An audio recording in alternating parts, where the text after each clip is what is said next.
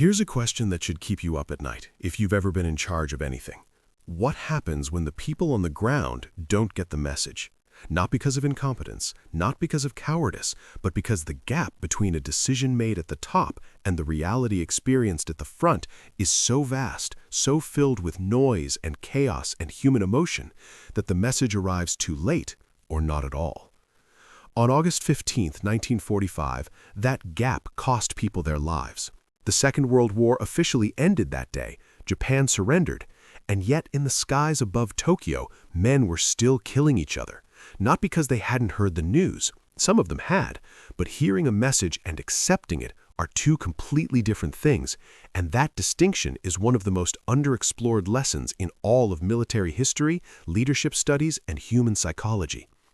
Today, we're going to go deep on that question by walking through the very last aerial dogfight of World War II, fought above Atsugi Airfield in Japan on the final day of the war. But this isn't just a war story. This is a masterclass in what happens at the human level when orders, identity, grief, and timing collide. Every decision made in those chaotic 20 minutes in the sky contains a lesson that applies far beyond the cockpit, in organizations, in leadership, in the way all of us process moments of rupture and change. So let's begin. Picture 6 F-6F Hellcat fighter planes cutting through the pre-dawn sky above Japan. They're on a fighter sweep toward the Tokyo area, targeting Atsugi Airfield, and they're fully locked in. Their mission is clear. Their weapons are armed. Lieutenant Howard Harrison, call sign Howdy, is leading the formation, and he's good at his job. The kind of pilot who runs the numbers automatically, who reads the sky the way a sailor reads the water.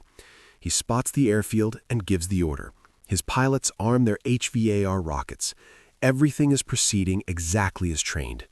And then the radio crackles. Return to base immediately. The war is over. Just like that. In the middle of an attack run, with the target filling the windscreen, with fingers hovering over trigger buttons, the reality of the entire conflict shifts in an instant. The Hellcats pull away. The pilots erupt in cheers, victory rolls, loop maneuvers. The joyful, undisciplined release of men who have been living under the constant shadow of death and are suddenly, incomprehensibly, free. Here's what's fascinating about that moment from a psychological standpoint. The Americans received the news, believed it, and immediately changed their behavior. Their identity as fighters was immediately, if temporarily, replaced by their identity as survivors, as winners, as men who get to go home. That's one type of response to a massive institutional rupture.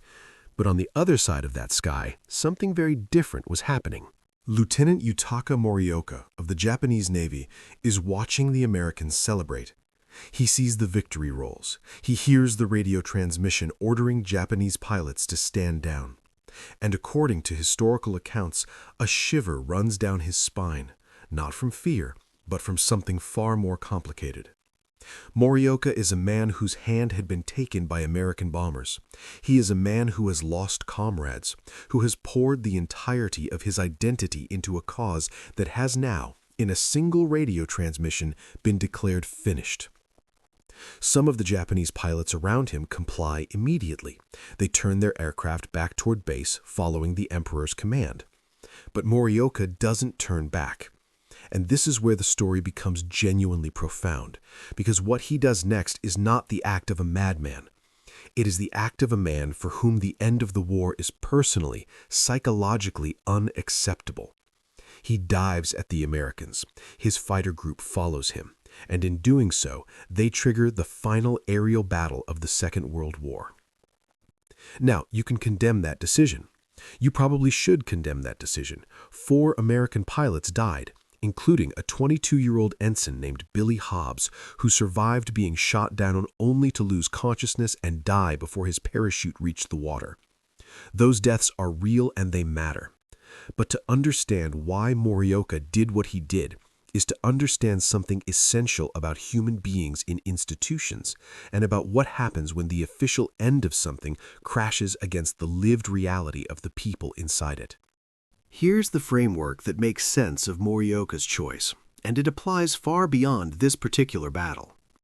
Institutions, armies, companies, governments, belief systems create identity. When you spend years inside an institution, especially one as total and consuming as a wartime military, the institution doesn't just tell you what to do, it tells you who you are. Morioka wasn't just a pilot who fought for Japan, he was a Japanese warrior in the deepest, most culturally embedded sense of that word. His honor, his purpose, his understanding of his own life's meaning, all of it was wrapped up in that role. When the surrender came, it didn't just end the war, it retroactively threatened the meaning of everything he had sacrificed: his hand, his comrades, the years, the fear. If Japan has surrendered and the war is over, and it was for nothing, then what? That's an intolerable conclusion for many people. And so rather than accept it, Morioka chose one more act of war. Historians have noted that he later claimed the Americans had violated the ceasefire first by launching rockets at Atsugi, a claim the American pilots disputed. But whether that was a genuine belief or a post hoc justification, it reveals something important. The human mind will construct a narrative to make its actions coherent. We do this constantly, in small ways, every day. This is not unique to Japanese Bushido culture or to military contexts. We see versions of this pattern everywhere that institutions change suddenly and drastically. Companies that pivot and find that their senior people, the ones most identified with the old mission, simply cannot adapt, not because they lack intelligence, but because the new direction feels like a repudiation of who they are. Political movements that lose power and respond not with concession, but with escalation. Relationships that end and find one partner unable to accept the reality of the conclusion, manufacturing reasons to keep the conflict alive. The last dogfight of World War II is an extreme and tragic example of a universal human phenomenon. Now let's walk through the battle itself, because the tactical decisions made in those chaotic minutes are just as instructive as the strategic and psychological context around them. When Morioka's group dives on the celebrating Americans, they have a significant advantage: 4,000 feet of altitude. In aerial combat, altitude is energy, and energy is life. The Japanese pilots descend with speed and surprise, the textbook definition of an ambush. Harrison, to his credit, does exactly the right thing. He doesn't panic and he doesn't run. Running from a faster, higher opponent in a propeller-driven aircraft is often a death sentence. You present your tail and you get shot. Instead, he orders his pilots to dump their external tanks and rockets, deadweight in a dogfight, and he turns his squadron directly into the attack, climbing to reduce the altitude disadvantage as quickly as possible. It's a decision made in seconds that almost certainly saved some of his pilots' lives. What follows is a series of individual duels nested inside a larger engagement, and each one tells a slightly different story. Harrison himself gets locked into a spiraling one-on-one fight with a Japanese pilot, each man trying to drag the other into his gun sight in a contest of physics, nerve, and skill. Harrison's solution is elegant in its brutality. He forces a vertical maneuver at the top of a climb, dumping his speed and causing his opponent to overshoot. The Japanese pilot stalls. Harrison rolls down onto him. The Hellcat's 650 caliber guns do the rest. That moment, the willingness to fly slow and exposed for a fraction of a second in order to create a decisive opportunity, is a pattern that repeats throughout military history and strategic competition of all kinds. The willingness to accept temporary vulnerability in order to create a winning position. It takes tremendous psychological control because every instinct in that situation says run or hide, not slow down and make yourself a target. But the battle also shows the other side of the ledger. While Harrison is winning his duel, his wingman, Billy Hobbs, gets a Japanese fighter on his tail and cannot shake it. Harrison breaks off his own pursuit of another enemy to come to Hobbs' aid, diving from above to destroy the threat. That's good leadership, the kind that costs you personal victories in order to preserve your team. And for a moment, it works. The two pilots stay together, watching each other's backs. Meanwhile, two other pairs of Americans are fighting their own battles. Lieutenant Hansen and Lieutenant Proctor take on 3 Japanese army fighters in a head-on engagement, a brutal contest of nerve, where the side that flinches first generally loses. Hansen damages the first enemy, dodges the second's fire, and damages the second as well.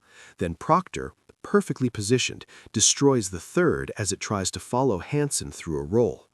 It's coordinated violence, executed with the kind of precision that only comes from training, trust, and situational awareness under pressure. And then there's Saloff and Mandenberg, the third pair, and their story doesn't go as well. Mandenberg's plane is hit and goes down in flames. Saloff's plane takes hit after hit, his engine failing, his control surfaces compromised. Proctor saves him from the immediate threat, but can't save his aircraft. Saloff bails out at dangerously low altitude and splashes into the sea. And then 6 more Japanese fighters arrive, driving Proctor and his remaining partner into the clouds where they lose each other. The chaos of that sequence, where seconds ago you had 6 pilots operating as a coordinated team, and now you have individuals scattered across miles of sky, each alone, each making independent survival decisions. That collapse from order to chaos is one of the recurring patterns of conflict, and it can happen with terrifying speed. Plans survive contact with the enemy only partially and temporarily. The question is always whether your training and judgment can operate in the space where the plan no longer applies. And then the story takes its darkest turn. Harrison and Hobbs, trying to escape to the coast, are found by Morioka himself. The Japanese ace executes a perfect ambush. Harrison, one of the best pilots in the engagement, is hit before he can react. His aircraft is crippled. He radios Hobbs to break off and escape, and Hobbs, 22 years old, a wingman, not a flight leader, does the opposite. He turns toward the attackers. Think about that choice for a moment. The professional thing, the trained thing, the tactically correct thing in most circumstances is to run when you're outmatched by a pilot of Morioka's caliber, coming from above with speed and surprise. But Hobbs doesn't run. He turns into the fight, trying to protect Harrison. He gets a burst off at Morioka, but doesn't land the shot properly, and then Harrison's plane explodes. What happens next is entirely human and entirely understandable, and also entirely fatal. Hobbs, blind with rage and grief, goes after Morioka alone. He actually manages to hit Morioka's aircraft, punching rounds into the Zero's wings, but he's so focused on Morioka that he forgets the first rule. Check your 6. Morioka's wingman is there, waiting, and the rounds that slam into Hobbs's aircraft end his participation in the battle. He gets out, his parachute opens, but the wounds and the altitude combine into a tragedy, and he's gone before he reaches the water. There's a painful irony in Hobbs's death that deserves to be named plainly.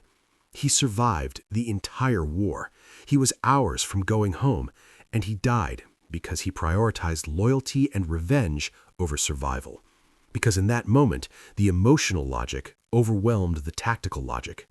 That's not a criticism of Hobbs. It's a recognition of what extreme stress and grief do to decision-making. In the most critical moments, we often revert to what feels right rather than what is right. Training exists to bridge that gap, but it can't always close it. Of the 6 American pilots who flew that morning, 2 make it back to the USS Yorktown. Hansen arrives first, alone, scanning the skies and the deck with a sinking heart. Then Proctor, his aircraft badly shot up, nurses it down onto the carrier in what must have been the loneliest, most relieved landing of his life. 4 men did not come back. On the Japanese side, 9 pilots were lost. 13 human beings killed in the battle that began after the war officially ended. Morioka survived. He returned to Japan and lived with the consequences of his decision, the uncertain future that awaited every Japanese military officer after surrender. He later justified his attack by claiming the Americans had fired on Atsugi first. The Americans denied it. The truth, as it often does in these situations, probably lives somewhere in the contested space between 2 sets of deeply held perceptions. What we do know is this. The last dogfight of World War II was not caused by ignorance of the peace. Both sides knew. It was caused by the collision between an institutional decree and a human reality that wasn't ready to receive it, by the gap between what a radio transmission can convey and what it takes to change a person's understanding of who they are and what they're fighting for. Here's what I want you to take from all of this, because there's a temptation to file this away as an interesting historical footnote and move on. Don't do that. The lesson embedded in the skies above Atsugi on August 15, 1945, is one that every leader, every institution, every human being navigating major change should carry forward. Announcements do not create change. Decrees do not create change. A radio transmission saying the war is over does not end the war for everyone who hears it, because the war they're fighting isn't only external. It's internal, it's identity, it's meaning, it's the story they've been telling about themselves for years. Real change, the kind that actually shifts behavior and doesn't generate its own last battles, requires attention to that internal reality. It requires time. It requires some acknowledgement that the sacrifice was real and the transition is painful, and the new order doesn't erase what came before. Morioka was wrong. His attack was a tragedy that killed men who should have lived to go home. Nothing I've said should be read as excusing that, but understanding why he made that choice is the beginning of wisdom about how human beings actually operate under institutional pressure, and that wisdom is worth more than any number of clean narratives about orders being given and orders being followed. The last dogfight of World War II lasted about 20 minutes. The questions it raises about identity, loyalty, grief, leadership, and the gap between institutional reality and human reality, those are still being fought in different forms every single day.